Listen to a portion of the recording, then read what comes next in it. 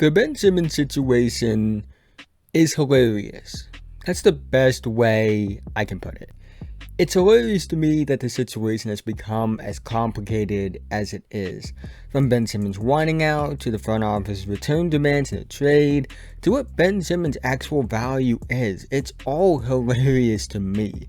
So in today's video, I will be talking about Ben Simmons, why Morey's trade return demands are really just hilarious, and why it's really just so difficult to trade Ben Simmons right now. But before we get into today's video, if you're new and you like basketball, I really think you will love this channel. So if you haven't already, feel free to like, subscribe, hit the notification bell, and be notified whenever I release a video. I make videos and cover the NBA, the NBA draft, and high school basketball as well. So if any of those things are of an interest to you, this is the channel for you. Let's try to get 100 likes on this video so YouTube will recommend it to others. Also, you make sure you go check out my other channel where I make videos to take elements from film essays and apply them to basketball. Just made a video about Len bias over there, so if you would go check that out, I would really appreciate it. Help me reach 300 subscribers on that channel over there. But with that being said, let's get right into the video.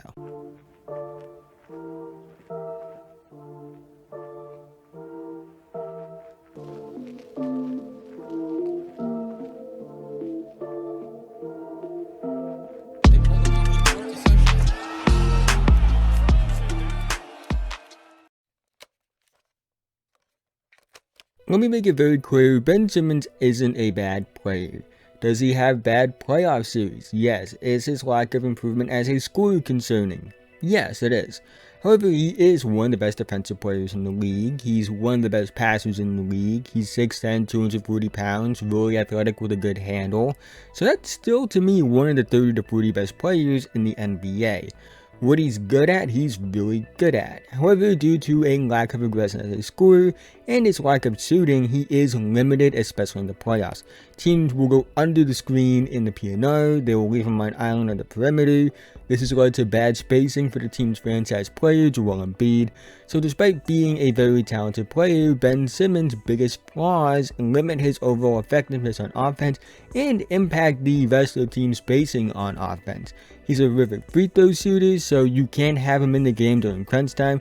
Like, he is so bad as a free throw shooter at times that somehow the hack-a-sack strategy that mathematically shouldn't work, works. Plus, he's on a pretty big contract, paying him about $35 million annually over the next 4 seasons, fully guaranteed. Which leads me into my next point, which is Morey's demands on the return in a trade for Ben Simmons. Morey seems to be asking for multiple first-round picks and young players for Ben Simmons. Now, I understand the idea of this in theory, considering in a vacuum as a talent, Ben Simmons is worth multiple first-round picks and young players, and as a GM, it is your job to get the most value back you can on your assets. However, talent isn't everything, and I mean that to the fullest extent. The top 10 players in the league list would look much different if talent was everything. Performance and intangibles and your wiring as a player matter as well. And the flaws that Ben Simmons has hold him back from being worth what his talent may suggest that he is. Like, Morey does have to understand that he doesn't have the high ground in this situation. He does not have the leverage in this situation. Ben Simmons wants out. And when you got a guy that's on $35 million a year guaranteed who wants out, then you likely are going to have to trade him. And when you're in a situation when you're trying to trade someone who's getting outscored by drop bigs and washed combo guards in the playoffs and making $35 million a year guaranteed, that means you don't have the leverage. You got a guy on a max contract that wasn't even top 8 in scoring in a playoff series. That means you don't dictate how that player is valued on the open market. You got a guy who has $140 million guaranteed over the next 4 seasons, who shot 4 for 14 from the line in a 3-point loss in the crucial playoff game. That means you are not playing chess. You're playing checkers just like everyone else. You got a guy who only took 4 shots in a Game 7 loss, making that much money. You do not have the high ground. I do think at this point, for both sides, Ben Simmons moving on is the best thing. For Ben Simmons, it gives him a change of scenery, gives him a fresh start. for the Sixers, they can, just move on from an idea that never fully came to fruition due to many factors that really deserve its own video. Now, I will say this, however, Ben Simmons wanting out because, the idea, and I don't know if Ben Simmons actually wants this. I don't know anything about what Ben Simmons actually wants because I don't know him personally. But people are saying that Ben Simmons wanting out is justified because of the fact that, Joel Embiid and Doc Rivers threw him under the bus. Now, Joel Embiid, I don't think he really threw Ben Simmons under the bus like people were trying to say he did. Joel Embiid in that interview called out a lot of things. Ben Simmons just happened to be one of those things. And I think people just latched on to what he said about Ben Simmons because of the fact that Ben Simmons has this sort of status as an all-star player and like this high-ranking player within the Sixers.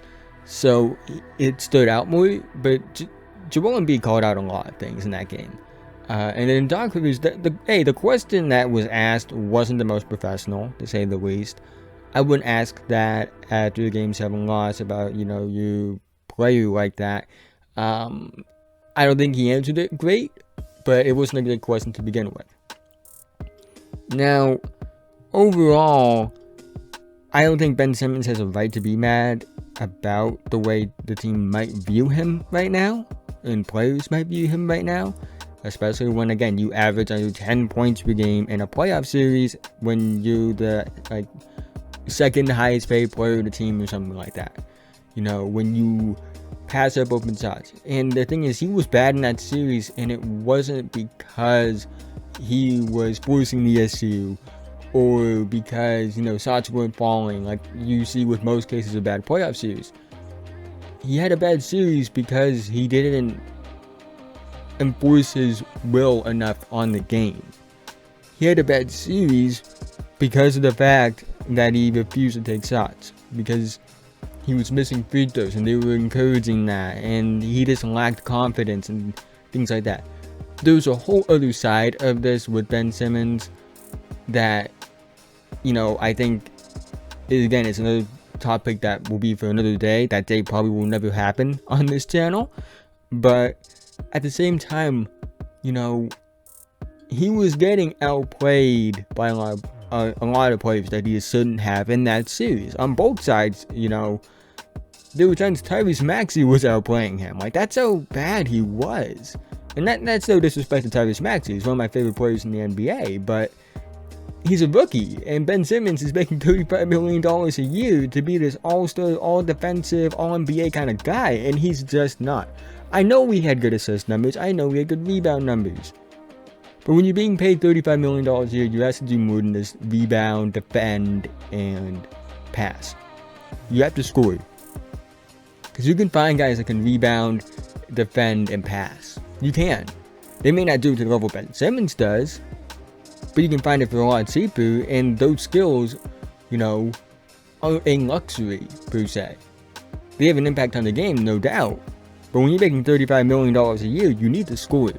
And we've seen Ben Simmons can score. He has high scoring games. We've seen what he can be when he's aggressive, but he's just not.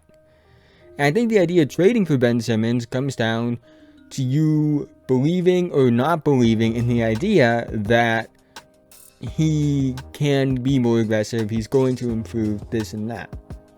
Like, I understand why Sixers fans and why NBA fans in general, are frustrated with him to an extent.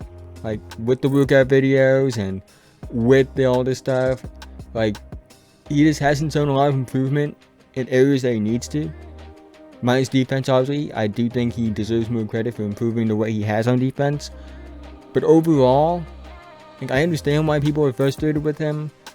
I understand why teammates might be frustrated with him. I understand why coaches might be frustrated with him. Because he's a very talented player. And what frustrates me is when you see very talented players not show improvement in areas that you think could take their game to the next level. And Ben Simmons, again, is a top 30 to 40 player in the league right now, even with that bad playoff series. But at the same time, you look at him and you're like, he could be so much better.